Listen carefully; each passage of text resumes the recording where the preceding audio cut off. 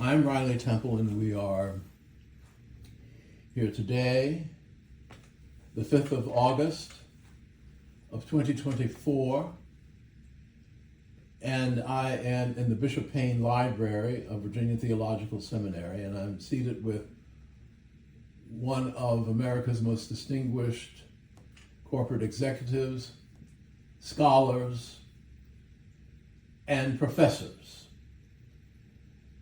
and a distinguished Episcopalian. His name is Richard F. America, born in Philadelphia, Pennsylvania, and his field is industrial economics and labor economics, and taught for many years, and now is the emeritus professor at the McDonough School of Business at the Georgetown University. And he has agreed to have recorded this oral history for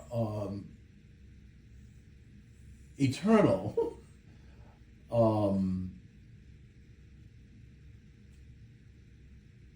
archival purposes in the African American Episcopal Historical Collection of Virginia Theological Seminary. Welcome, Richard America. Pleasure to be here. Thank you. How old are you? What year were you born? Born in 1938. I'm 85 years old. 85 years old. And where were you born? Philadelphia, Pennsylvania. South Philadelphia. Family moved to North Philly when I was 2 years old. When you were 2 years old? Yeah. And you were born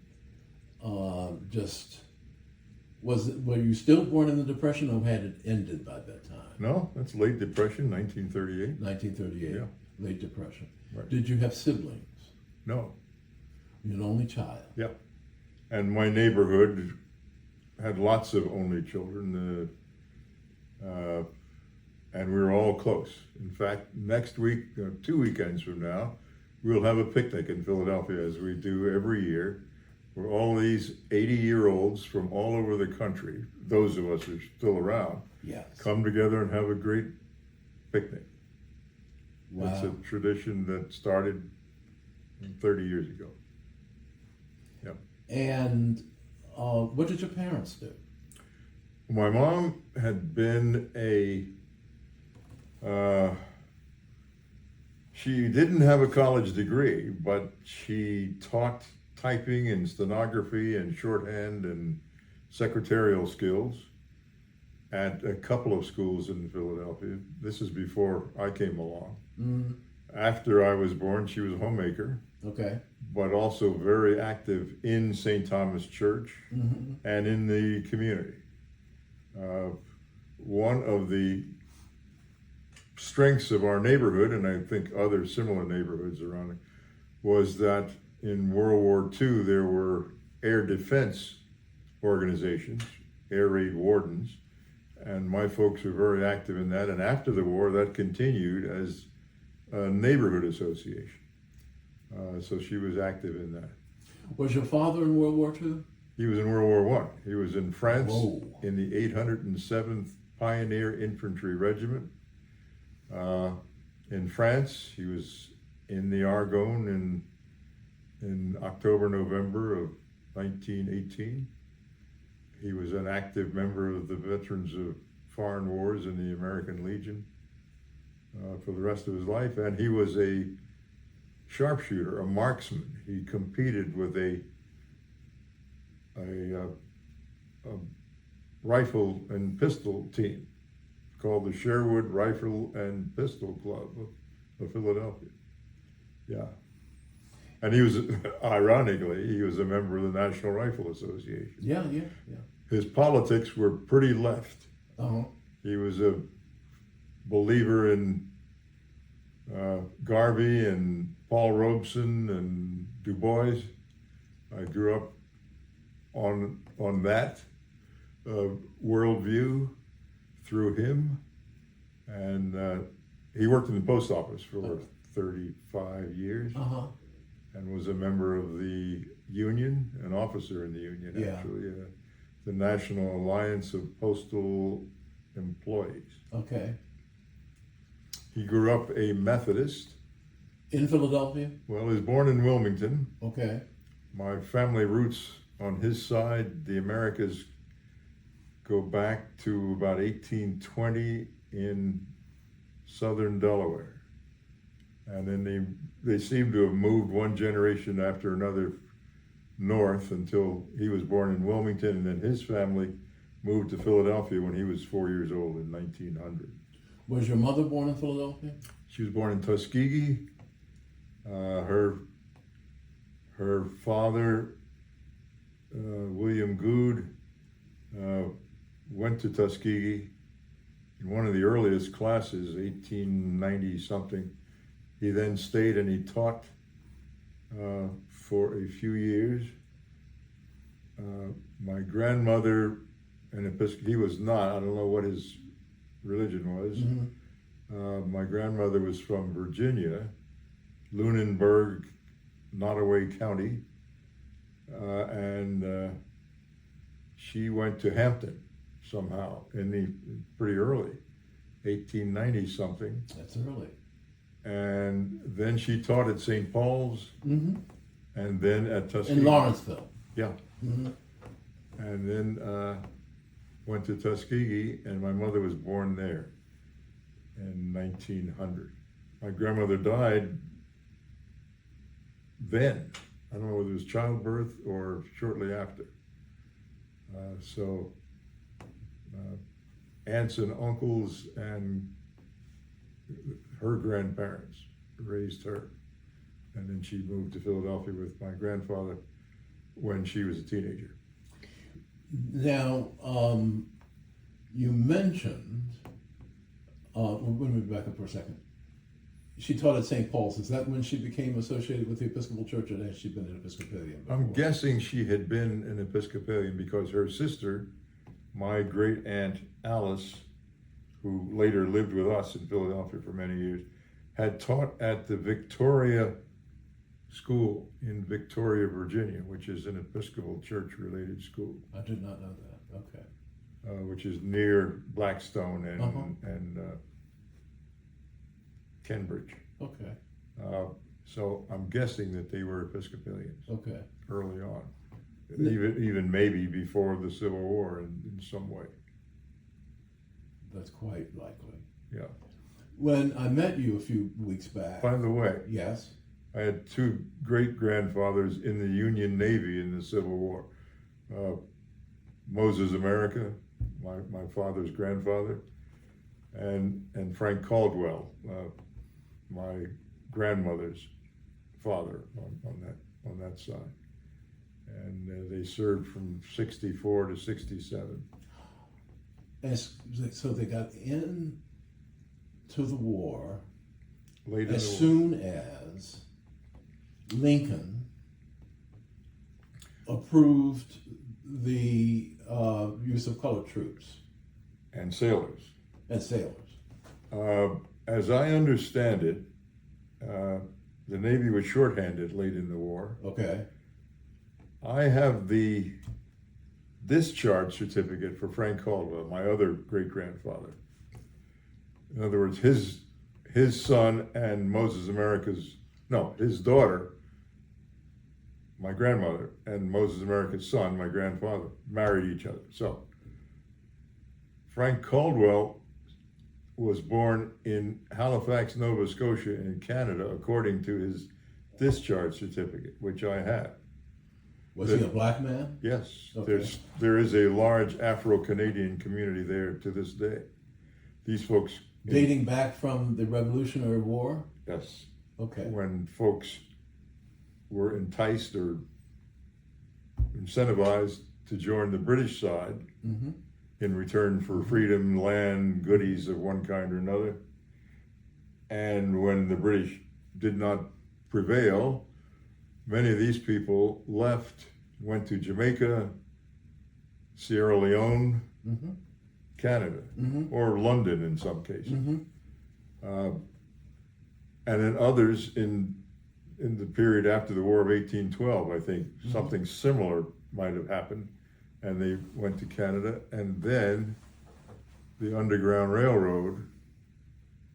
I guess if people didn't feel safe enough in Boston, they kept going further north, and got to Canada.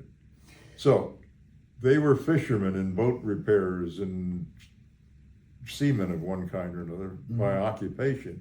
The Navy found them very useful and didn't need a lot of training, so they recruited quite a few of those. And when the war ended, in his case and probably many others, they decided to stay in the United States, and he stayed in Delaware.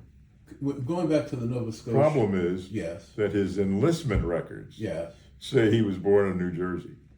So I have got to reconcile these two conflicting Do records. you know where to go to do that, I assume? Oh, The National Archives. okay. Yeah. For years, I served as a board member at the National Archives. And one of the things that we would do, and wanted to entice people to become board members, would be to go into the archives and find things in the archives related to them or something they might be interested Right. in, Yeah. particularly. Yeah. I will tell you that one of the things that was used to entice Mike Powell to become a board member at the archives was a book called The Book of Negroes. Yeah. And it was the ship's manifest, Yeah. by which the people who had been loyal to the crown Uh-huh.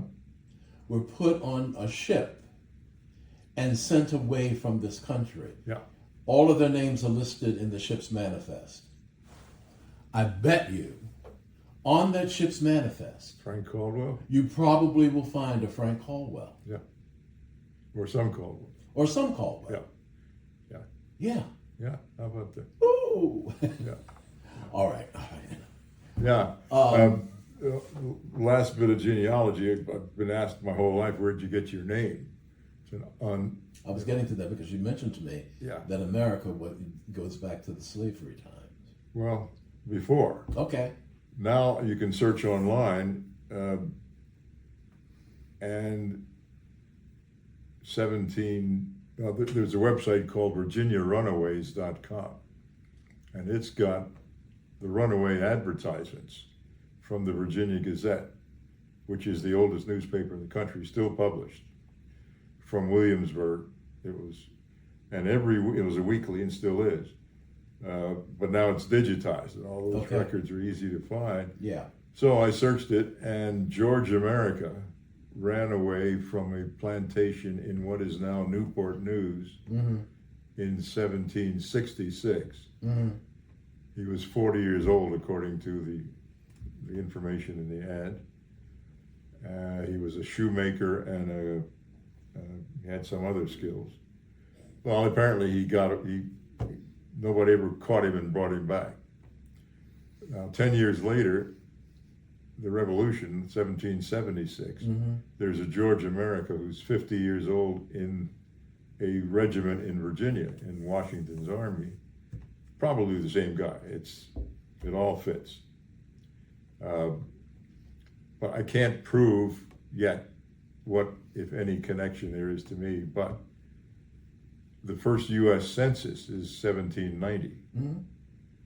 And there's a George America in the area up in Worcester County, Maryland, which is just below the Delaware border. That's Ocean City, Maryland. And he's 60-some years old, according to the census. Probably the same man. And he's got 4 or 5 members of his family. They don't list them by name in those days. They're probably his kids. I'm guessing one of those is Moses America, who was my great-great-grandfather, who had a farm near Milford, Delaware, which is... I know that. So it all fits, except it's not proof, but it's circumstantial, pretty likely. But then where did that's on the his... Eastern Shore, isn't it? Yeah. Where did his ancestors come from? Maybe Barbados, Jamaica. There are some folks down there, and even the Dutch islands of Curacao, Aruba, and Suriname. The Dutch colonies, there were people named America, and there are people in Holland today named America. And in South Africa, where I've traveled a lot, there are a bunch of people named America in the Cape Town area. So, what takes you to South Africa? I used to do a course at Georgetown. It was a course for all second-year MBAs, and there was a section of the course for every continent. Basically, they could choose to go to Latin America, Asia, Eastern Europe, Middle East, Africa. I was the co-leader on the Africa project, and we took our students to Johannesburg every year. We studied the South African economy for a semester, and then they did a consulting project for a client there, and then we went there. Okay. So I went many, many times. When you were growing up in your neighborhood, what was your neighborhood like demographically? It had been changing in the middle of the Depression. Okay. A lot of folks moved from South Philadelphia. This was, I guess, a big upward mobility step to this part of North Philadelphia. It's called Nice Town. And NICE? yeah, I think that's a Philadelphia has a heavy Dutch background, Okay, yeah. as New York, New Jersey. And I think it might have been Nice Town. Okay. I'm not sure. Okay.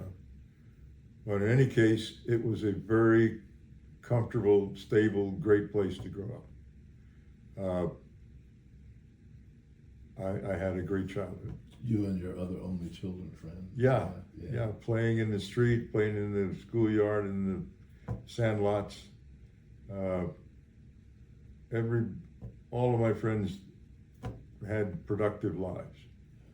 And my next door neighbor was a school teacher who made some history. She became a principal of, I think, the first black principal of a high school in Philadelphia. Her husband was a funeral director who buried my whole family. On the other side was a doctor and his wife. He was a big Kappa. He used to take me, he didn't have any kids, so he would take me to homecoming at Lincoln and to the Kappa father-son banquet, so I knew all the Kappa songs when I was 8, 9 years old. Then I go off to college and I went Q. I became an Omega. Yeah. And he said, "What's the matter with you? I raised you up to be a Kappa." Well, he basically injected you with Kappa but we had a great relationship. His neighbor on the next side was Cab Calloway's sister. And Cab, we all called him Uncle Cab. He would come to visit her. It was a great neighborhood. Yeah. Roy Campanella, the Hall of Fame baseball player, was from our neighborhood. Yeah.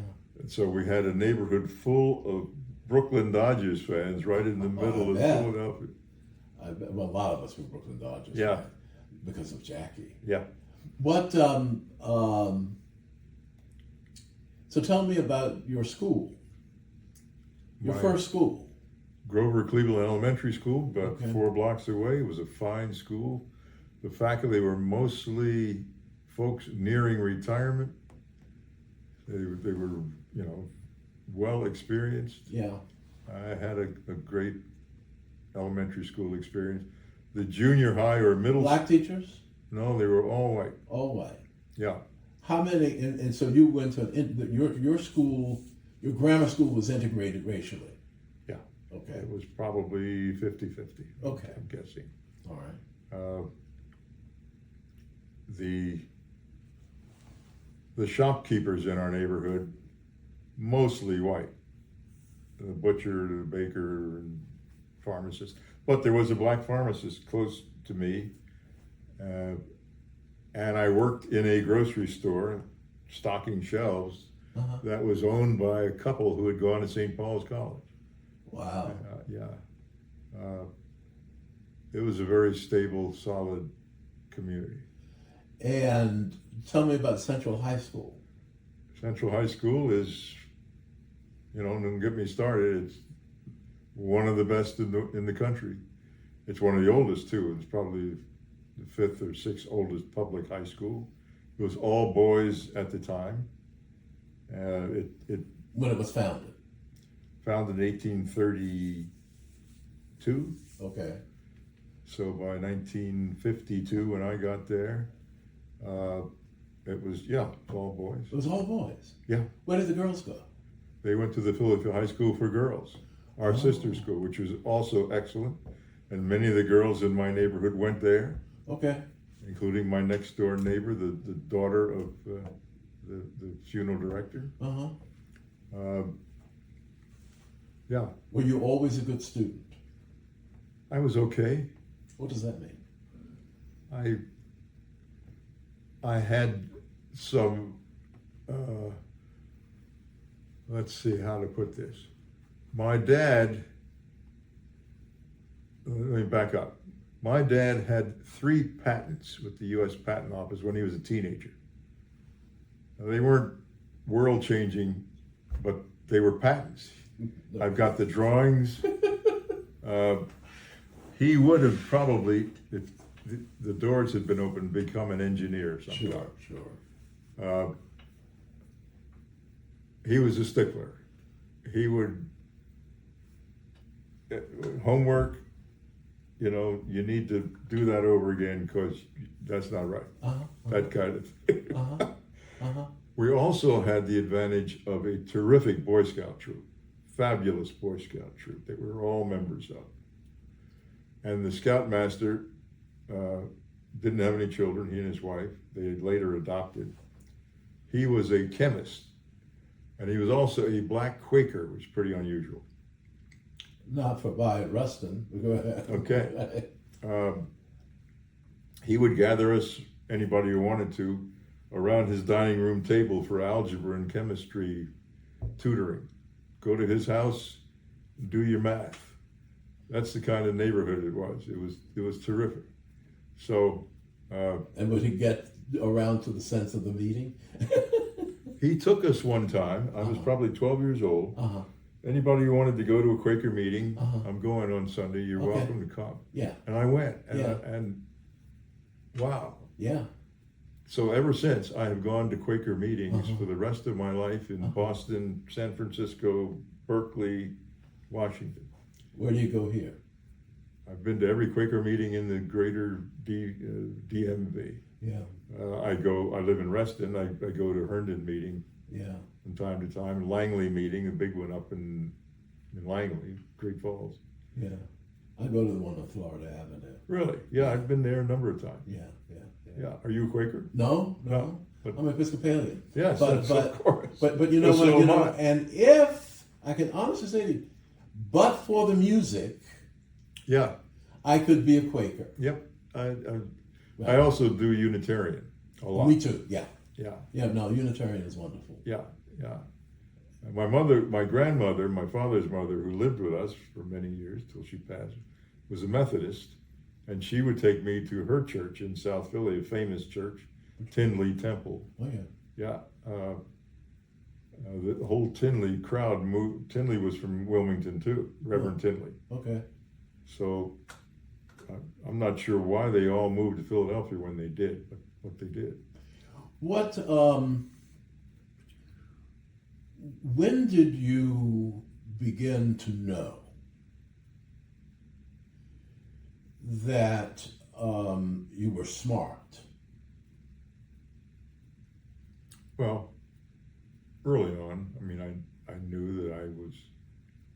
We had a neighborhood full of smart kids. Okay. Quite a few of my scout buddies, childhood buddies, went to Central and went and did good things. Okay. The girl across the street went to Wellesley and then married a man who later he's from Chicago, but he was president of Spelman. He was the last male president of Spelman, Don Stewart. And she's terrific. Spelman's a fine school. Yes, it is. When were you involved in your church at St. Thomas when you were a boy? Yep. How so? I was an acolyte. I was an extreme acolyte. What does that mean? Altar boy. Okay. Means I served all 3 services. I would get Oh up my God. early, and we lived in North Philly, and St. Thomas is in West Philly, my mom's church, so we stayed with it. And so I'd take the subway and another subway and a bus to get to church for the 7 o'clock service, and then I'd serve the 9, and I'd serve the 11. So I was there all morning. Was St. Thomas a high, what we would call a high church? Yeah, I think so. Did they have incense? A lot of incense, a lot of bells. Okay, yeah. Great choir. My mother was on the music committee. Okay. She loved the music program. Your mother was a musician, was she? No, my father was, although I never heard him play. I heard he was a good violinist. And his father had a Martin banjo that I inherited. I mean, a Martin guitar, which is quite an instrument. So, I thought about going into the priesthood in high school and maybe the first year of college, and then it went away. Yeah. Yeah, but 2 of Jesse Anderson, the rector, had 3 sons, all friends of mine and fellow acolytes. And Jesse Jr., you probably know, became a priest and was here in Washington for years and years. So yeah, the church was a big part of my life.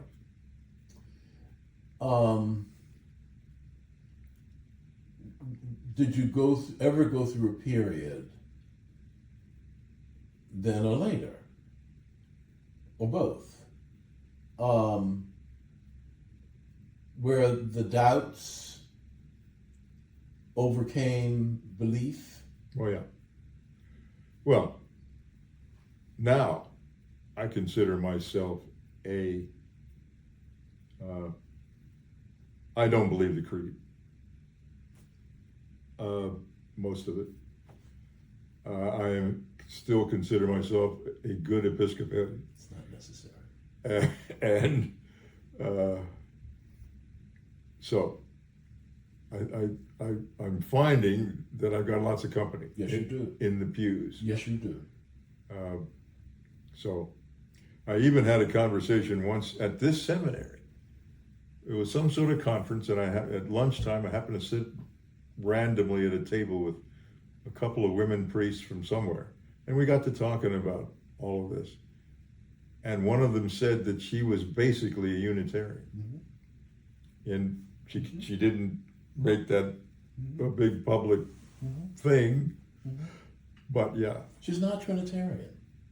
Yeah. Right. Yeah. Right. So, yes, and I think you can be Christian. Oh.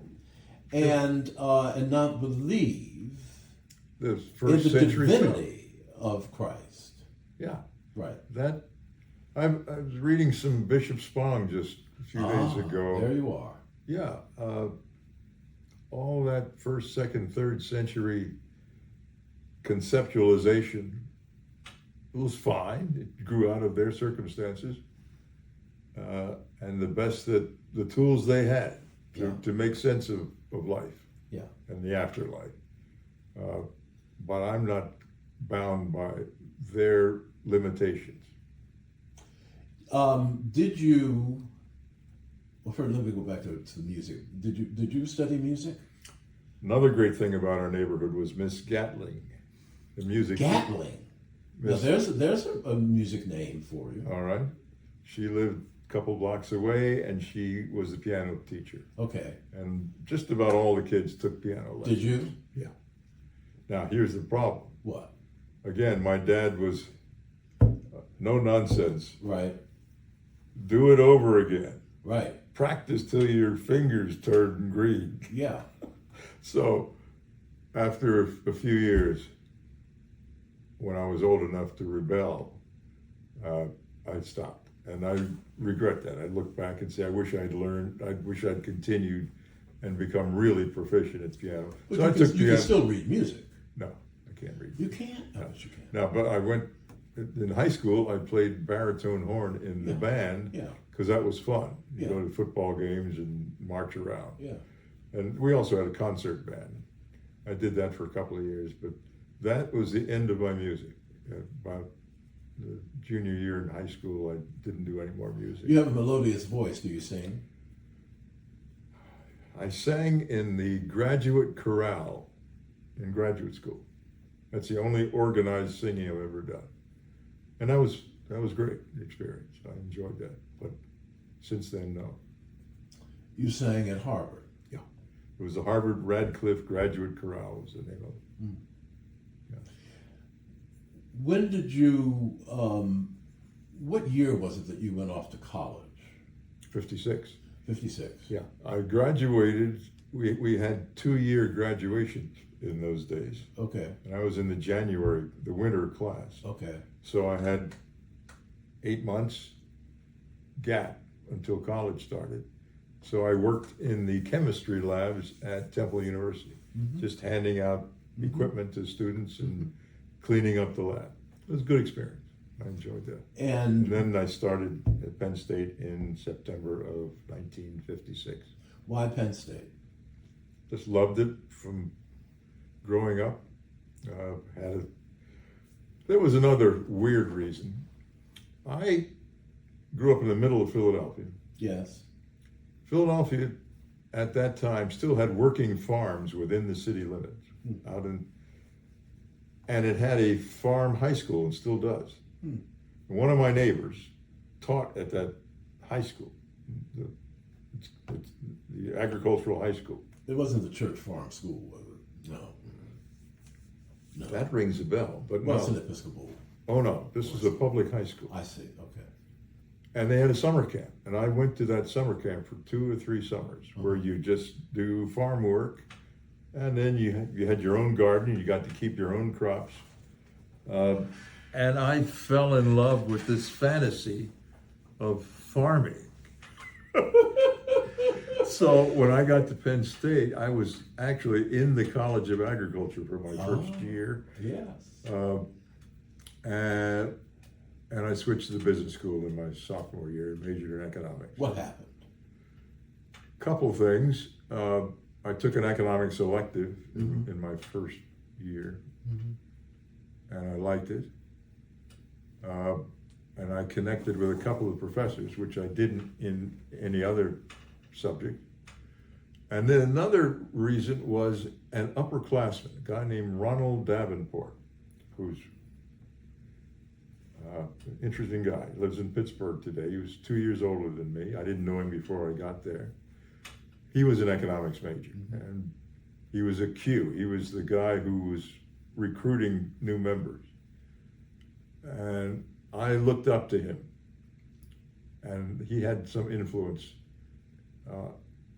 on my decision to major in economics. He went on to a law school and then Yale Law School for a master's in law, and he made history. He was the first black dean at Duquesne in Pittsburgh of a predominantly white law school. Law school. And then he started a chain of radio and TV stations, which grew into Sheridan Broadcasting Network. Is he still with us? Yeah. He's a rich man. Well, and he's 88 or 89 now. I see. And did you know then that you would go on to Harvard Business School? No, I was big into ROTC in college. Okay. And That's smart because... That's a complicated story. I was on the drill team. Yeah. The Air Force ROTC drill team. Yeah. I really spent too much time on drill team looking back. Yeah. In the summer of 1959 at Lockbourne Air Force Base in Columbus, Ohio, I got hurt in a training exercise. I was flying in a trainer, sitting, I wasn't doing anything, just a passenger in the back seat of a trainer, and the pilot decided to do some pretty extreme aerobatics, which involves a lot of compression, gravity forces. I came out of that with trouble speaking, chewing, swallowing. The muscles in my face weren't working right.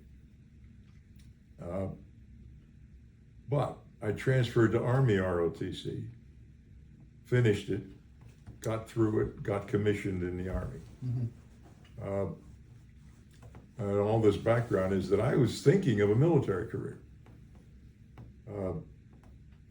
I might have stayed in for 20 years. So where did you do your training? Indiantown Gap in Pennsylvania? No, at George Meade in Maryland and at AP Hill, Virginia. Okay, wow. In the Army part Yeah, of it. interesting. But my doctor sent me to the hospital to have this looked at because it was persistent. And the diagnosis came back pretty serious, but it was treatable or manageable with medication. But I sent all the test results to the Army, and the Army retired me. I have a military retirement to this day. Wow. So you didn't see... I never went on active duty. No, I was heading for tank school. I had orders to go to Fort Knox, Kentucky for armor training, tank school. But I never went. I was in a reserve unit for 4 months in Philadelphia, and then I was retired. If I recall, I mean, that was a pretty quiet time worldwide. Cuba was happening shortly after that. That's right. Nothing much was going on. There were no wars. Right. I graduated and was commissioned in the summer of 1960, and that was a quiet time. The Berlin airlift was somewhere in there, but yeah. No, you get in 1960. You get my sentient life. When did you decide to go to business school and apply to Harvard? Well, I had a job at General Electric in what is now called their RCA, or was. Well, this is in the aerospace. Okay. The GE. It was called the Missile and Space Vehicle Division. It was right in the heart of Philadelphia, right near the University of Pennsylvania. Well, they had facilities out in the suburbs too. And I was a production specialist. You go around this big place and try to make sure that things are completed on time and are delivered on time. And I don't know where the idea of applying to Harvard Business School, when that entered. I took the exam for all business schools. It's called, I forget what it was called in those days, but it's I also took the graduate record exam in economics, thinking I might do that instead. I applied. I didn't expect to be admitted the first time. I knew that it was frequently the case that you apply, you turn down, you work another year or 2 or 3, apply again, and you get in the second time. That's what I was expecting. I was surprised to get accepted on the first shot. I was too young, as it turns out. No, what do you mean? I got there. The average age was, most of the students had work experience. There were some really sharp people right out of undergraduate school. I had 1 year work experience. You need, unlike law or medicine or no, law is that way too. Business people school, don't think so, but I know. It helps to have, absolutely. I mean, it's more than helps. The first year was tough. And I left for 2 years and worked, and then came back and finished in 65. Although I go to the reunions of my original class because you form a bond with those guys that lasts a lifetime. And they were all men. The business school desegregated in 1965. Actually, the year I graduated was the first year that women were directly in the MBA program. That's interesting. Yeah. And there were only 2 black students in my year. Who was the other one? Otis Andrew Gates III, a good friend, dear friend, lives in Boston. from Boston, went to Harvard College, had 4 years in the Air Force as a computer. He was a math major undergrad, and then 4 years as an Air Force officer doing statistical analysis or some computer work, early computer stuff. Yeah, he made some history too. He became the first black partner of a major accounting, Arthur Anderson. Yeah. Okay. Years later. Yeah. Yeah. I had, so, yeah. Then what? And then Now- so you got your MBA. Yeah, but this is the height of the civil rights movement too. And I was on picket lines and a couple of bus rides. No, you say This- picket lines and bus rides. I'm thinking 63? Well, 61 through 65.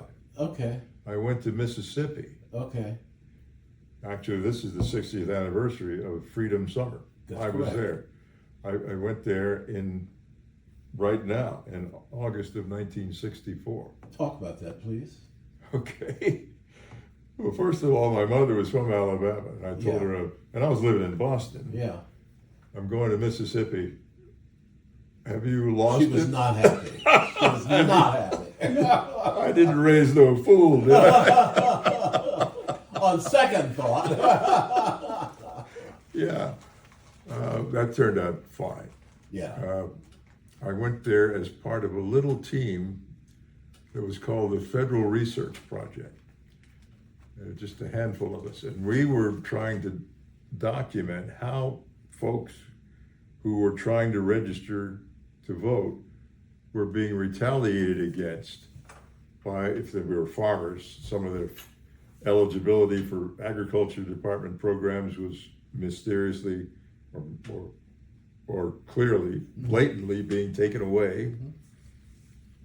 I had been working in urban renewal. Between my first and second year, I worked for the Boston Redevelopment Authority, Okay.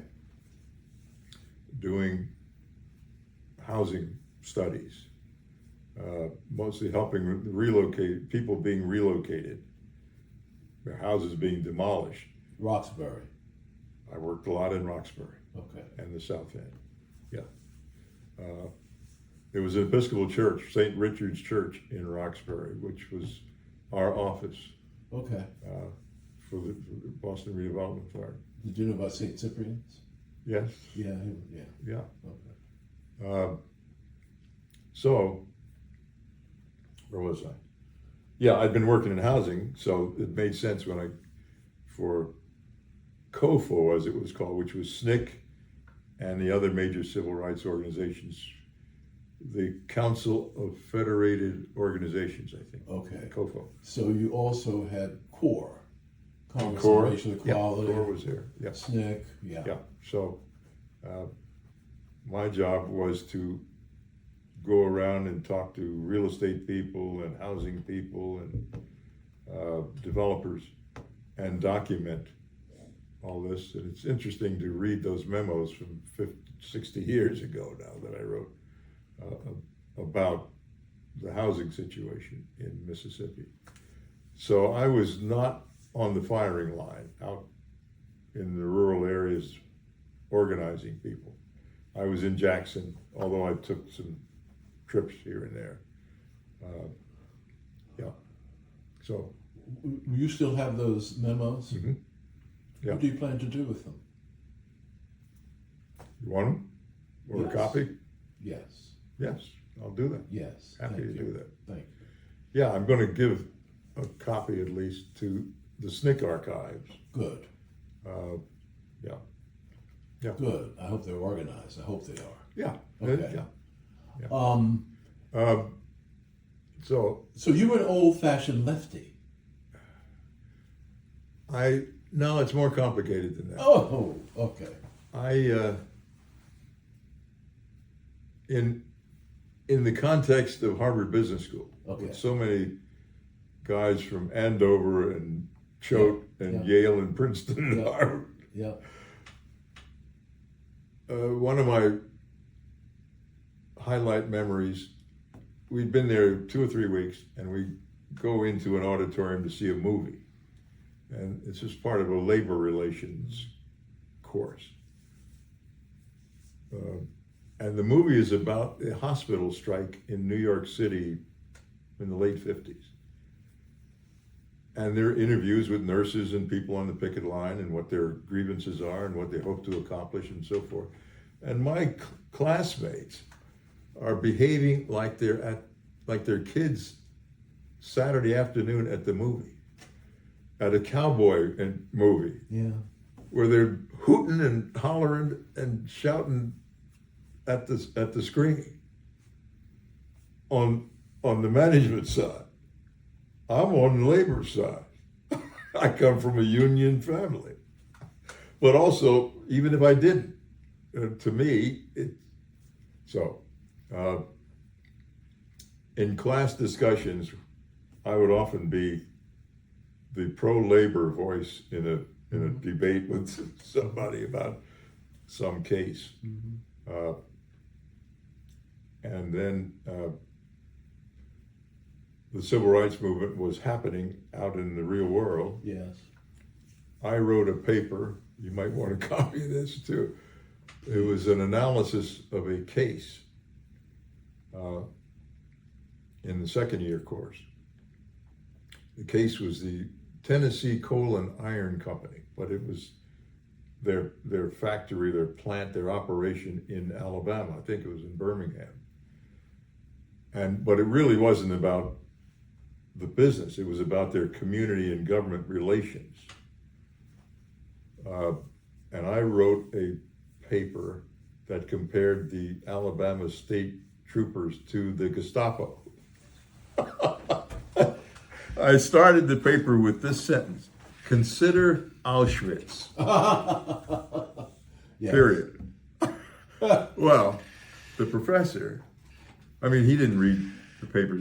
He had readers. Yeah. But somebody flagged that paper, and he called me in, and he gave me this stern lecture about it. If you don't change your attitude and do something about your anger, you're going to have a hard time in your career, or you get out of here. This was Professor Christensen. He is a legend. He's gone now, but he was a legendary teacher and researcher and consultant and everything else. Very wise man. I did not take his advice to heart, but I appreciated it. Yeah. So I was out of step there in many ways, but I was living my second year, as I mentioned, with law students and an architecture student across the river, as they say. The first year I lived in a dorm on the business school campus. Yeah. Behaved myself. Yeah. More or less. Second year, and I'd had those 2 intervening years. You crossed the Charles. I'm over in Cambridge, up near the law school. Mm. And our conversations were all about, and my roommates, the law students, all ended up working for the Legal Defense Fund. Sure. That's what they wanted to do. We Sure. all wanted to change the world. We all wanted to work on the problem. It needed to be changed. So even I had an offer when I graduated to go to Chemical Bank in New York and to Stanford Research Institute, which is a big consulting firm. And I chose to go there in Palo Alto, Menlo Park. So Smart. Things work out, but even there, I butted heads with some of the senior people, and to the matter of reparations. While I was there from 65 to 69. I got one of those law school buddies who was at the Legal Defense Fund, and I said to him across 3,000 miles, because I came east fairly frequently SRI has an office in New York, actually. I said, would you guys like to have some research done that would be useful to you in your legal work on discrimination? But this research would look at, the word reparations hadn't hardly been invented yet, but we're going to look at the costs and benefits of discrimination broadly and quantify it. And I rounded up some of my economist colleagues, the more liberal ones. Would you work on this if we got it funded? Yes, we'd be happy to. Never did get it funded, but you wrote about it. Well, wrote about what? Paying the social debt. Oh, that's a book that came. Yeah, but what I'm saying is. Oh, I've done a lot of publishing. Okay, all right. But this is 1968, 69. This is early, and. Do you consider that to be the foundation for what you wrote later? The thinking was starting then. Okay, all right. Okay. Yeah. That's what I'm looking But I got called in there by the number 2 guy in the Institute. Because? Well, it had to go through, various approvals and sign-offs, anything like that. And he said, okay, I see. This was for a client. We didn't have a client yet. Oh. This is, it can happen that way, where the impetus comes from one of us. Yeah. Then we go out and find a client. I see. Or we have a tentative client. In that case, the NAACP Legal Defense Fund. Yes, okay. Would you be the client? Yeah. We'll have to go find a foundation, Ford Foundation or somebody to pay for it. Yeah. Yeah. Well, this executive calls me in and says, well, I see that you've got Jim and Harry and all top-notch economists who signed on to do this project that you have initiated. And then he said to me, maybe you can, and this is the middle of the Cold War, right? Maybe the Russians will fund it. Yes, that's an exact quote. Maybe How did he say it? Was it isolated? Oh. Maybe the Russians will fund this. Yeah. He saw it as subversive, obviously.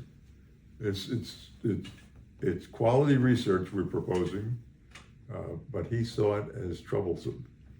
Okay, it never got funded. It never got done. But I've even got that proposal sitting at home that never finally got to the finish line. But yeah. Please put that among your papers. Yeah. What? How long were you at SRI? 4 years. 4 years. Then I went to Berkeley. I had an opportunity to go to the business school at the University of California at Berkeley. Okay. They were just starting an Office of Urban Programs. Right. And a guy I had gone to high school with, Ed Epstein. At Central. At Central. He was president of the student body, I believe. Mm-hmm. He was a year ahead of me, or a year and a half ahead of me, but I knew him slightly. Mm-hmm. And I knew he was at Berkeley by that time. He was tenured. He'd gone to Penn and Yale Law School. And he was teaching in the business school at Berkeley. And we had some communication. And he said, would you like to come over here? We're starting this new program. So that's how I got there. And I taught one course, but mostly managed that program for 3 years. And the program is now common in all business schools, where students go out and do consulting projects for all kinds of people. But it was a new thing in 1969, so yeah. And at the same time, Stanford Business School, the students down there were saying, well, we want to do some of this stuff too, but there's nobody on the faculty who wants to do it. So Stanford got in touch and said, would you teach a version of your course here in the alternate semester? So I did. And how old were you in 1969? 31. 31. So you were too old To do what? to be drafted. I had done my military. Oh, you're done. That's right. I'm sorry. You had. Yeah. Indeed, you had. You just talked about it. Yeah. Hello. Yeah. My tent mate, by the way, in Army summer camp, Yes. John Henry Stanford from Philadelphia, Penn State, went on to make two-star general. He stayed in and had a brilliant Army career. Unfortunately, he served so many tours in Vietnam that he probably got Agent Orange. And he retired, did terrific things in his civilian life, but he died of cancer in his early mid-60s. Oh my goodness. And he's buried in Arlington. By the way, slightly off topic. Yeah. Did you read the obituaries for Lieutenant Calley this past weekend? No, I saw a headline. Ooh, you should read those. Yeah. In any event, how did you get back east? Well, after my 3 years at Berkeley, I went to the Bank of America. And I thought I might be there for a long time. And the Bank of America was also just desegregating at that time. They'd been under pressure for banking practices, employment practices, this and that. There'd been some kind of a big demonstration on the steps of their headquarters building. Police had come and roughed up some people. So I guess they had a motivation to go out and hire. And like a lot of, if you're born when I was born and you get the education opportunities I had, a lot of doors happened to come open in the late 60s, early 70s. No, wrong. You had to be good. Well, Yeah, you had to be good. And you anyway, okay. the bank was looking, and I happened to be Okay. there, so I joined the bank. Okay. And 3 months after I joined the bank, my mom back in Philadelphia was diagnosed with incurable pancreatic cancer. Yeah, Fast. yeah. Well, it's supposed to be fast. Yeah.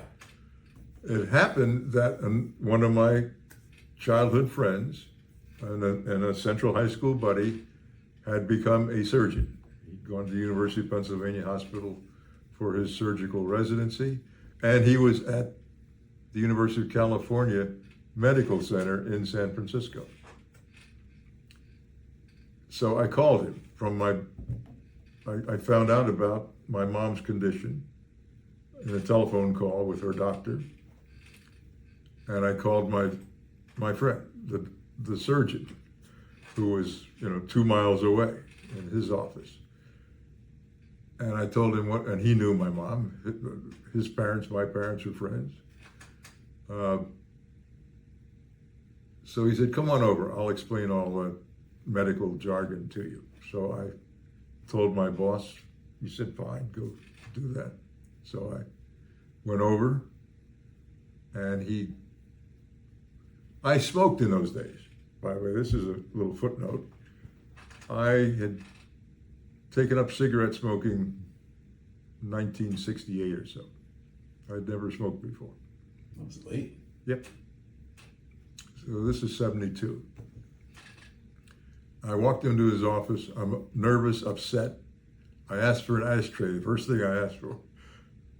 He, unbeknownst to me, was this fanatic about not smoking and refused to let me smoke, of course.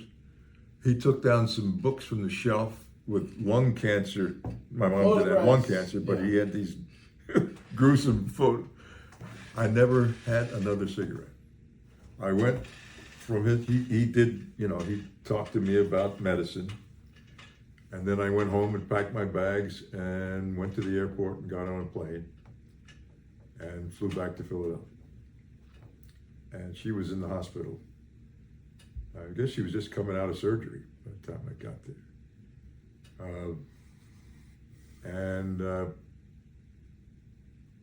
I'd been told 3 months. But she lucked out and she got into some kind of an experimental program. She lived a year and was a good year. We had So I just resigned from the bank and stayed in Philadelphia. So you asked me how I got back east? Yeah. Well, it's a little more complicated. I stayed with her, and I did a little bit of consult. I even came to Washington, and I did some work with the Joint Center for Political Studies.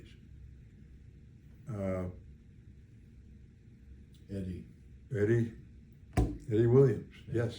Yep. And then she passed. I had a lady friend in California at that time, lovely woman. And so I went back, and we spent a year, and then I ended up coming back, and then Carter got elected, and I came to Washington. So the real reason I came to Washington permanently was a chance to work in the Carter administration at the Commerce Department. And then before that, I had a little time on the Hill on the House Banking Committee staff, and at the Congressional Budget Office, which was also brand new. Yeah. It just started up. Alice Rivlin was there. Yeah. Oh yeah. Yep. Yeah. So did this woman that you came? Did you ultimately marry her? no, Oh. no, she. No, that was 1975. I never saw her again, but I married somebody else in 1984. We had a daughter who's the sunshine of my life, and we were married for 23 years, and we got divorced. We're on very good terms now. She's a retired school teacher, lives out in Virginia. And where's your daughter? Well, she works for the University of Virginia. She went to Georgetown, lives on Connecticut Avenue, but she does digital marketing for the University of Virginia. She can take her laptop and go anywhere. Yeah. So she mostly works from home. Yeah. Oh wow. Yeah. Congratulations. Yeah. So, what was your connection, if any, to the church during these times? You were fairly peripatetic. Well, moving about. Well, I went from Boston to San Francisco to Philadelphia, back to San Francisco, to Philadelphia to Washington. Yeah. And I attended religious services in all those places. Okay. I didn't join a church in a full sense until I joined St. Anne's Church in Reston. Yeah. I used to go to St. Mark's on Capitol Hill. I lived in Capitol Hill for six years. Yeah. So I was pretty much a regular there. Yeah. It's a pretty yeasty church. Yeah, it is. Yeah. So Paul Roberts Anthony, was he the rector there? You remember? Jim Adams. Oh, I don't remember him. Yeah. Jim Adams wrote a book called "So You Think You're Not Religious: A Guide for Skeptical Christians." It's a great book. How useful. Yeah, and he's in the category that we were talking about earlier, an Episcopal priest who, I'll tell you a quick story. When I studied the great, you would love seminary, by the way, the great systematic theology courses. First semester of the course, I studied in a class that had physicists in it. It was a wonderful class. Yeah. The second semester, I took it with the dean and the president, who at the end of each discussion of a major Christian doctrine would ask who believed in it. Not many. Yeah. Not many. Right. Now we could have a whole other conversation about what the church probably needs to do to get. Spong talks about we need a new Reformation. So. Well, Michael Curry came close. Yeah. by defining the doctrine as one of love. Period. Yeah. Right. Yeah. But that's not why we're here. Now, when are we going to talk about reparations? When do you want to talk about reparations? How did you become interested? Now, were you working with? Oh, hold on. I want to get back to one thing. Okay. You were at the Joint Center. That was just a few months. Okay. That was while I was commuting back and Okay, but and then you went to the Commerce Department. That's the permanent job. That was during the Carter administration. Okay, and when you worked on the Senate Banking Committee, That was also, what year was that? I forget. Henry Royce was the chairman. Was that when And- Ed Muskie was on the committee? Was he on the committee at the time? This is the House Banking Committee. Did I Oh, the say House Senate? Banking. No, yeah, I thought you said Senate. Yeah, no. Okay. House. Because Karen Hasty Williams was worked for Ed Muskie on the Senate committee. Didn't know that. Yeah. Yeah. Perrin Mitchell. Yes. Basically, I was working for Perrin. Okay. On Yeah. on that Okay. committee, but just for a few months. Okay. Then I went to the Congressional Budget Office. I spent a little time at HUD, very short time, and then went to the Commerce Department, Okay. and then went to SBA for 18 years. 18 years. Yeah, that was the rest of my career. A lot of that work turned out to be on interagency stuff. So I was at the Agriculture Department working on rural development. I was at the Defense Department. Defense Department has an economic development program around military bases. I had no idea. yeah, Which makes all the sense in the world. They want all those communities to be as healthy as Of course possible. they do. Of course they do. And it's an interagency working group with everybody at the table. Mm-hmm. And the State Department. I worked on something called the Working Group on Private Sector Development in Africa, in the Africa Bureau of the State Department. And that, again, was an interagency group. This was late Bush, early Clinton, Mm-hmm. and it was when the Berlin Wall came down. Well, Africa was going through a similar move from socialism to free markets. And our job was to help support that transformation Free market process. transition. Yeah. That's my first professional work on African development, which later became my main focus. At Georgetown, I taught a course called Investing in Africa, and then since then have done a variety of things. What gave you an interest in reparations? Well, it was emerging in the civil rights movement. I mean, people have been thinking about it for 300 years. I'm sure the first folks who got off the boat said, wait a minute, work for free? No. No, that does, how does that work? Or you're going to use force, huh? No, but looking at problems of employment and housing and education and healthcare, for that matter, all the chronic problems in the Black community. Why? Why is? Well, let's go back and look at the economic history and what happened in slavery, Jim Crow segregation, and all the forms of discrimination after 1865. All those are mechanisms for stealing. Correct. They all transfer income and wealth from blacks to whites systematically. And that wealth is invested in every form of asset. Real estate, plant and equipment, inventories, infrastructure, and human capital in the skills and the education of the white population. All of those things include, I'm going to guess 15, 20, 25% of that wealth traces to surpluses that were taken over 400 years, 300 years. So what we have now is unjust enrichment, I call it.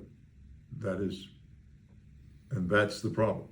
So the inequalities or in housing, education, employment, and business equity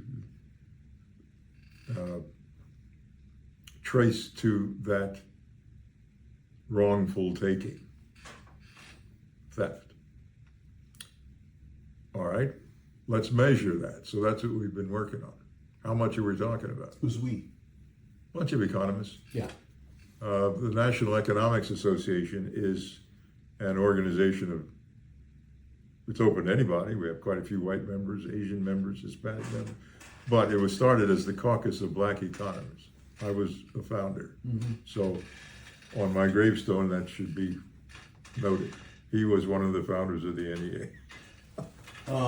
It was founded in 1968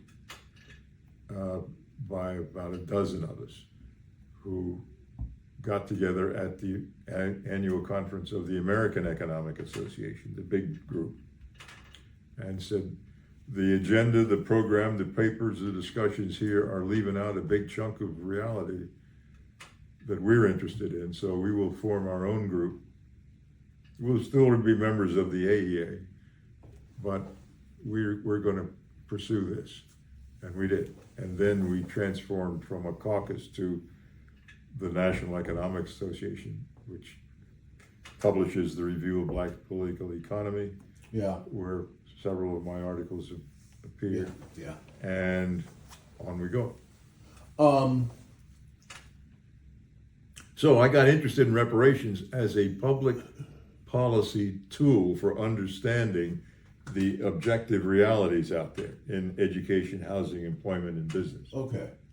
I want to go back. And I would argue that you can't understand those problems and therefore can't address them without putting them in this context, which means measuring the theft. I want to go back to talk about or to hear what your reaction is to this comment that I'm going to make, which is that, well, I don't know if it's a comment so much as an impression. Martin Luther King talked about reparations. I remember, He talked about the promissory note. Promissory note, but he also talked about, I want to collect my check. Yes. And what I don't understand is why even we do not focus on and lift up his economic ideas about justice. Well, couple things. There was very little economic research going on at that time. All right. There were only a handful of black economists. Yeah, but one or two of them let me just say one thing. But what we do know is that our tax dollars were being used to support public institutions to which we had no access. That's a form of wealth transfer. That's exactly right. Yeah. So is employment discrimination. So is wage discrimination. Okay. So is educational discrimination, in which per student expenditures per pupil are grossly different between this district and this district. Right. While the folks in this district are paying taxes into a common pool, and the decision makers, boards of education, educational superintendents, legislators, governors, are making budget decisions about that common pool that I contributed to that are grossly skewed in favor of their folks and against my folks. This is all logic. Yes, it seems to me, but it's the logic of reparations. absolutely. But it hasn't been presented clearly and logically enough by our side. There's still a lot of emotion. A lot of my friends, I respect them and love them, Yeah. and who are advocates for reparations, Yeah. are still primarily concerned with abusive behavior.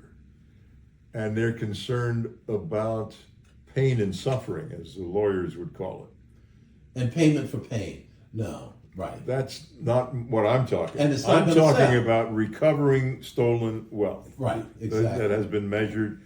We know roughly where it is, and we know how to do that. How to do that? A surtax or some other tax, part of the income tax structure, designated to be used for about 40 years, about 2 generations, to lift up the people who should have had it in the first place to their rightful place, which means parity in terms of household wealth. Well, look here, before I die, how about this? All right. Freedom from federal taxes. Well, that might be one way to do it, but Well, you gotta be What pragmatic. What do you mean? It's less objectionable, it would seem to me, than having white people write checks. Well, it's not white people writing checks. Well, I it's understand. our government. Our writing. government writing And checks. that decision will be reached democratically. There'll have to emerge a solid consensus in the body politic that this is the right thing to do, and therefore we're going to do it. And it's not all that painful, by the way. That's we're right. talking about a few percentage points on the taxes of the top 20%. This doesn't even touch the bottom 70 or 80% of the folks, because they are not the primary beneficiaries. Well, that's right, but the problem that we have, it seems to me, is that people keep describing reparations in a way that indicates that it is compensation for the pain and suffering of slavery. Yeah. Wrong. Wrong. It's what happened as slavery's legacy, and Well, how the legacy is reflected it's the intergenerational transfer of wealth. of wealth. It is, I call it the bequeath principle. Right. That those monies were handed down Right. and compounded and super accumulated. Could you put? Yeah, Oh yeah, I'm sorry. yeah, that's all right. You're going to charge me for a whole new I'm desk. not going to charge you. I'm not going to charge you. By the way, this new book takes our discussion to Africa. How much did colonialism cost Africa? Or not cost? What's the benefit to Europe and the U.S. from 500 years? Oh my goodness, you are prolific, aren't you? Well, I do what I can. I got another book in the works. Oh my goodness, this is just published. Yeah. Yeah. Is this my copy? No. Oh.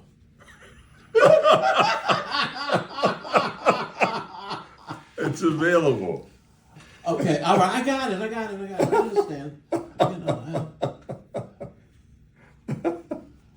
Oh. Yeah. That's 16 economists making estimates of various kinds. And the ballpark is 35 to 70 trillion dollars is the unjust enrichment currently held in Europe and the U.S. Is Romy Tribble a man or a woman? He's a man, and very good man. Let me see one woman up here. It's interesting you say that. There's two Because- women. There's 2 women. All right. I submitted that proposal to Oxford University Press, my first choice. They liked it. They sent it out for review to 2 women economists. I think they were probably in Britain. And one objection was there are not enough women in here. Therefore, we recommend against publishing it. So I got another very good publisher to publish it. Gurno Kurla is not a woman? No. What languages do you speak? I took 2 years of German in high school, but Okay. I don't speak German. I can Okay. say good morning and goodbye. Yeah. And it's cold outside. Es ist kalt draußen. That's, I studied German. did you? Yeah. Yeah. Well, I don't know why, but it was always considered when I was coming along to be the language of Science. Of science. Yeah. Yeah. That's why And I this did. I was the Sputnik era. Yeah. Um, And my scoutmaster was proficient in German, so that was a help. Same man. was your daughter raised Episcopalian? Interesting. My wife was Lutheran from Minnesota. Yeah. She, before she met me, was in love with a Jewish man, Princeton grad. Mm-hmm. She thought, I'm told, about converting to Judaism. When they ended, before I met her, she just drifted away from everything.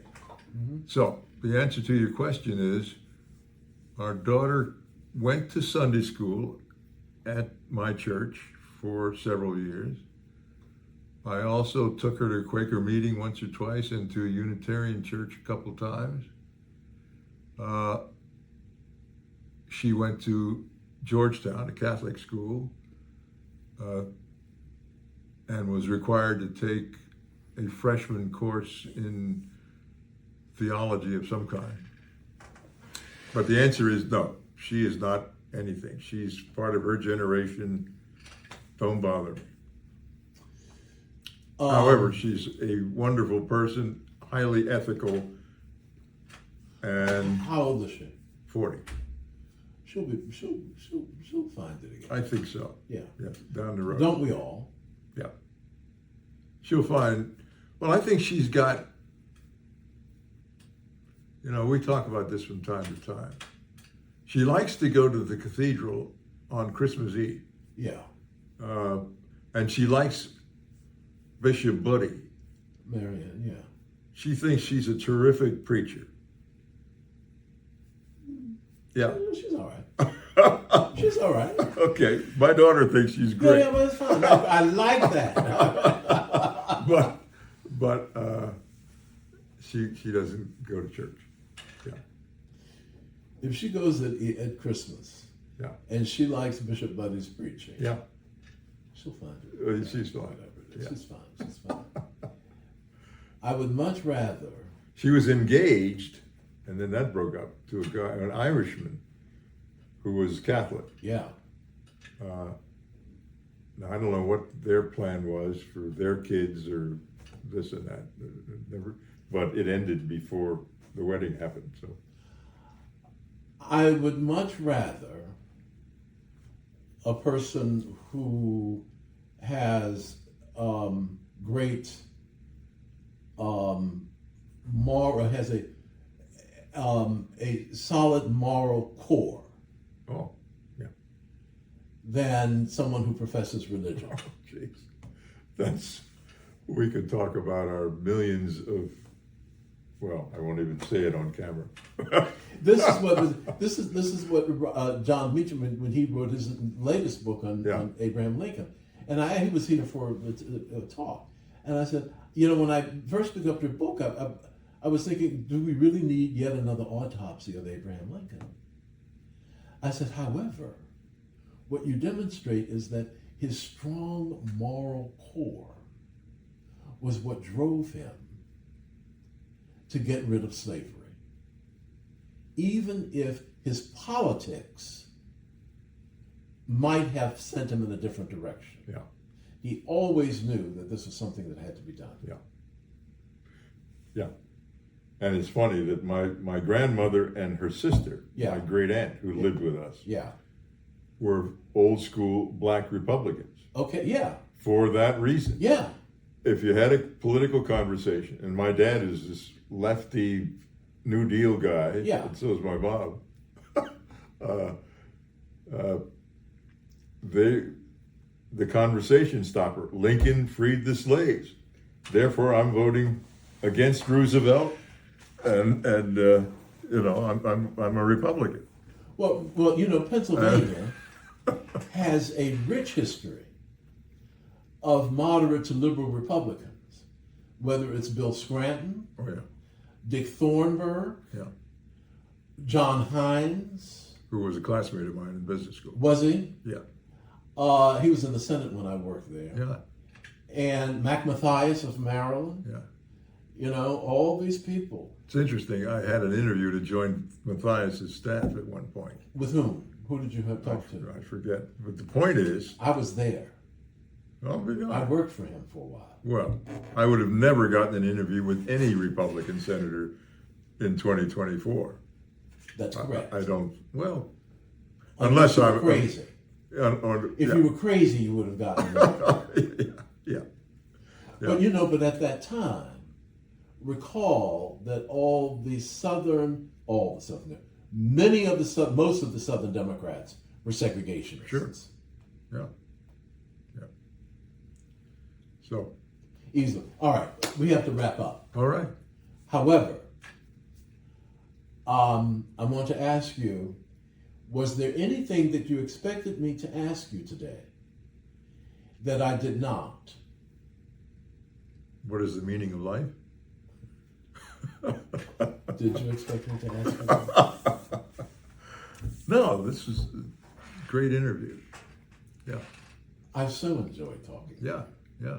Good. Thank you. And I knew I would. Yeah. Terrific. I knew I would. So what I will do is, on these forms, I'll send them to you via email. Okay. Because I want you to soak in what we've talked about Yeah. first. Then what happens with this recording is that I send it to a transcription service, and they will do a transcript.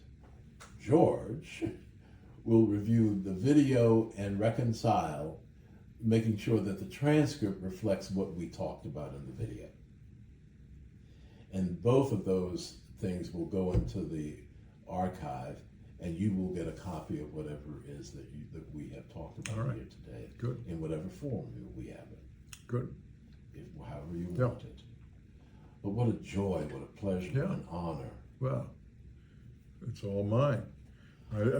To learn that all this work is going on here. Yeah. Isn't it wonderful? Yeah. By the way, let's talk about reparations again for a second. Sure. This seminary was, did we talk about that? This seminary was segregated. It's in Virginia. Yep, 1823, Yeah. because we had a bicentenary last year. 1823, it was segregated.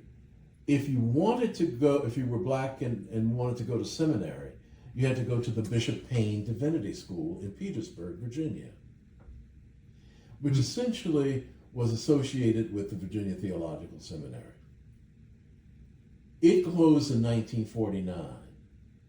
This institution admitted its first black student, who was John Walker, Wow. in 1951. Yeah. From 1949 to 1951, the seminary took the assets of the Bishop Payne Divinity School, liquidated them, and put the funds in a trust for the education of Black Episcopalians. When I came here, after practicing law for many years, Yeah. just to take courses, because I was curious. I got Yeah. tired of being spoon-fed. I was writing my check. Right. Someone came up to me breathlessly and said, "Are you Riley Temple?" I said, "Yes." "Don't write that check." I said, "Why, you changed your mind?" They said, "No, you don't pay It's on anything." us. I said, "What do you mean? You're a Bishop Payne scholar. What does that mean?" No black student who studies here, who is Episcopalian, Yeah. pays tuition. And I looked at them and I said, "That's reparation." Well, yes and no. Yes, Okay. but in the interim, Yeah. what happened was that we had here all these records of the people who were enslaved and who lived and worked on this campus. Did not own slaves, but leased them from Mount Vernon. And Mount Vernon, of course, was kind of in decline at that time, and so it really needed some opportunities for all those people who were on the payroll. It needed some revenue produced. Of course, these people who were enslaved didn't get any of that revenue. So they lived and worked here on the campus. What we have been able to accomplish is that we had some genealogists come in, and they were able to find the descendants of the people, many of the descendants of the people who were enslaved here on the campus. They live primarily in this community, and we have included them in very much in the life of the seminary. And we do pay them reparations. All right. Well, okay, you said, is there anything we hadn't talked about? Well, then maybe it's another conversation. But the Episcopal Church's approach to reparations, we haven't talked about today. Well, let's do that. Yeah. I'm blocking on his name. There's a church in Baltimore. Memorial. It's been very active on this. Memorial. And their rector called me a couple of years ago. White guy? Yeah. Gray Maggiano. Yes. Yeah. Okay. One of my classmates. I'll be darned. So we had a couple of conversations, and then I didn't hear anymore. I mean, he must have found something I'd written somewhere. And then a guy who's an MIT trained engineer become Case Ramey. Case Ramey. I just gave some quotes to the Washington Post the other day. Okay.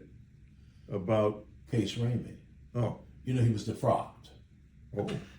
No.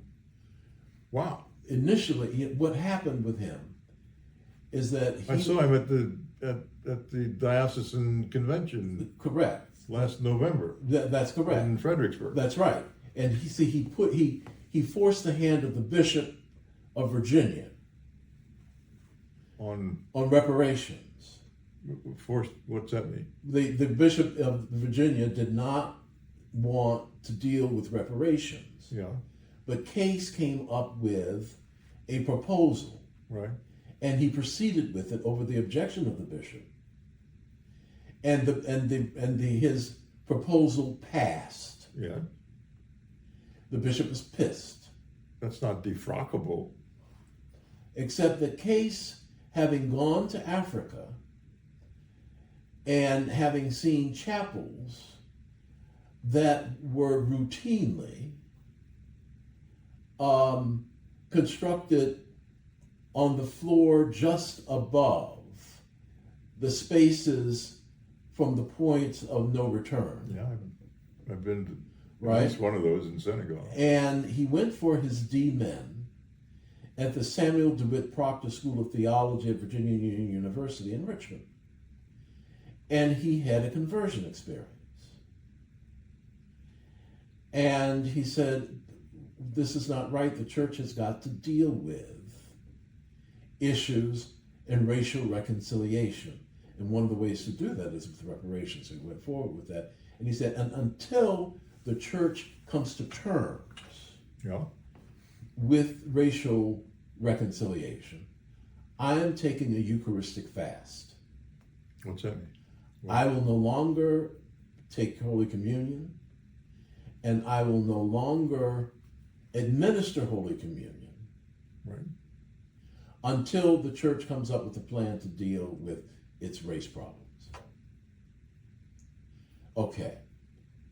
So the bishop the bishop got very upset and then said, you are refusing communion to people who wanted it's a violation of your priestly ordination vows, and therefore it's heresy according to the definition. He said, I've not refused communion to anybody. If somebody wants communion, I want to make sure that they get communion, but I'm not going to give it to them. And that was wait. In other words, somebody approaches the railing, yeah. What do you mean? He's going to conduct normal Sunday services, prepare the communion, whatever the terminology is. Right. And he's prepared. He will have another priest there who will administer the communion. And is that a violation of something? Well, they say it's an abandonment of his ordination vows. Not because he refuses. There must be more to this story. No, there isn't more to the story. I've listened to the entire trial. So what's now is that That's Because kind of weird on both sides. Both- Why both would sides. he take such a radical stance about that? and my point is, And this is Bishop Stevenson, right? yeah, my point, but it started under the woman bishop whose name I can't remember. Yeah. Right. But my point is, we all have the same goal in mind: Well, what do you mean? reconciliation. Well, I never use that word. I don't even know what that means. Okay, fine. I want my money back. Okay, you want That's the money not back. about reconciliation. Okay, all right. But let's just say, but they use it in terms of Yeah, reconciliation. that's an Episcopal bullshit word. Frankly. Okay, all right. I'm sorry. Oh no, you're okay. No, but oh, you talking about that? Oh, yeah, Talking to the camera. no. But let's assume that that's the word. For argument's sake, it's the word. All right. And I said, if we all have the same goal in mind, Now, my goal is would I have taken the wealth stand? parity by 2060. Right. Would I have taken the stand of Casey Raymond? Probably not. But look, why not work with him and not against him?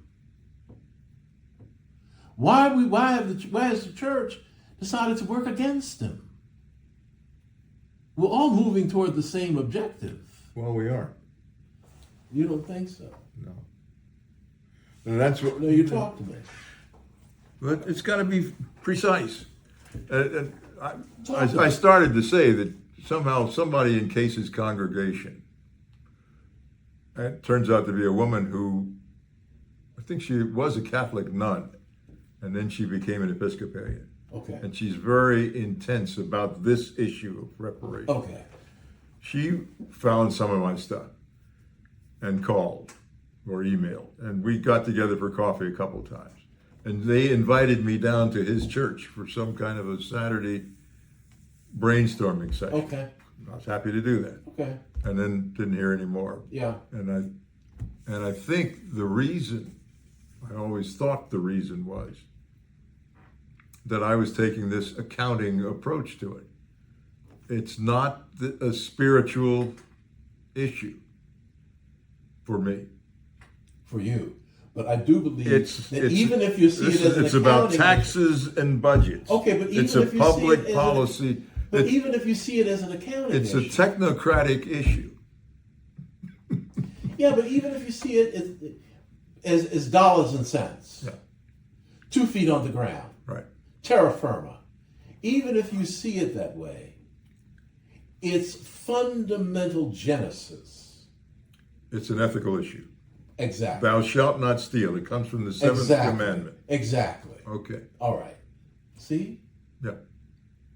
See We've what? reached, we've reached agreement. Well, But we're not This is all- disagreeing. this- This is the point. okay. No, but Casey. Case. Yeah. Wow. So he has to go back to being an engineer? He's his own worst enemy. You know, Case has always been his own worst enemy. And what I mean by that is that he speaks with a prophetic voice. People who speak with a prophetic voice, which I think you know about, don't always speak nicely. They're not always heard Yeah. to be nice. Yeah. They're not always heard to be accommodating and open. Okay. So They this. speak in an octave too high for most people to hear. All right. So his boss, the bishop, Yes, they got crosswise. I mean, this Indeed. happens in business all the time, all the time. and government, and Right. every place else. Right. It's not supposed to happen in the church. This is the one place where people are supposed to be above that sort of thing. Yeah, man. That and $1.80 will get you on the metro. But go ahead. Wow. It's interesting. Yesterday, Okay. the bishop's staff down in Richmond had some kind of a working day. I had sent him, okay, let me back. He came to our church, St. Anne's, early in his tenure. Okay. It might have been the first or second church on the list when he became a bishop. Okay. So I got to meet him, Yeah. hello, over coffee. and followed up with a couple of emails because we talked about some of this stuff, in a minute and a half. So I sent him an email a couple of weeks ago about St. Paul's College and St. Augustine's College in Voorhees, which are big, passionate things of mine. They need to be strong and healthy. Forget it, they're not to go on, basically. All right, go ahead. Okay. Another hat that I wear is with a financial firm that can provide on reasonable terms Yeah. all the money they need to refurbish their buildings, to take care of some of their operating expenses, long-term industrial bonds. Okay, well, let me ask. So I told him in this email about that. And I got an email back from one of his people saying, we're going to discuss your proposal on Saturday, August the 4th at our get-together. This is the bishop. Hmm? The bishop. Well, he might not have been in the room, but his team. Yeah. Yeah. But let me just say this. Yeah. St. Augs and Shaw Uh-huh. are contiguous campuses. Yeah. They have land, all that land in the middle of some of the most developable land in all of North Carolina. My suggestion to them was that they sell some of the development rights to that land. Mm-hmm. Yeah. They still hold title, but sell the development rights, get an immediate infusion of cash and a continued infusion of cash Great. to help sustain them. Yeah. I said, and what you should do is merge. You're both on about ready to close down. You have more faculty than students. Merge. Okay. All right. You know what St. Augs said to me? Well. But they're Baptist. Well. Yeah. And, Well, I think Benedict and Allen are similar situations, aren't they? well, I don't know. They're I don't know. across the street from each other. Yeah, but you know the problem. But Yeah. Well, all right, do that. but they're not going to do it. Well, the merger part, no, but the development, right? It seems like clever financial engineering. Let's do Well, that. of course, but what we're getting now, and the only reason I'm involved in it now is because I've been on calls in which to determine what they're going to do with their archives. Who is St. Augs? They're going to keep them. They're going to be a strong, healthy college. So St. Paul is going to come back from oblivion. We're Well- going to bring it back. Well, I believe in the hope of the resurrection narrative. This is just And I do believe that there is a Galilee that we should go to. The angel says, go to Galilee, there you will find. Where is your Galilee? Where do you go to find hope in the midst of despair?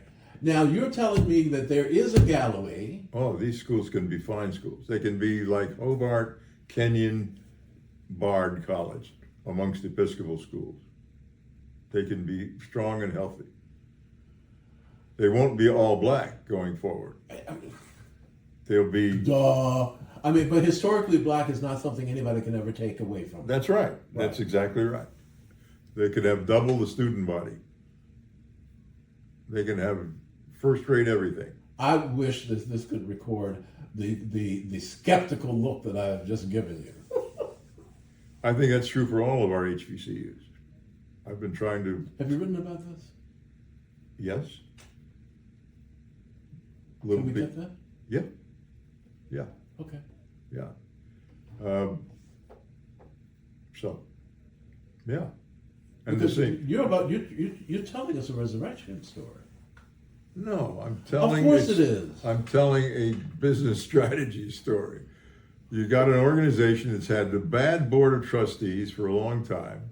They ought to be in jail. Well, with all due respect, there are too many clergy on all of the HBCU boards. You think? Yeah.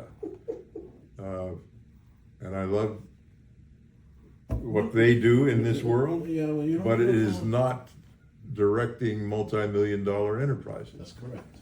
So, yeah. All right. So you think you can save them? Oh, absolutely. I'm on every month I'm on a call with some St. Paul's alumni where they're talking about Good. what they can do. And what about St. Albans? I've reached out to them. I sent emails to the interim president, to a couple other people in the circle.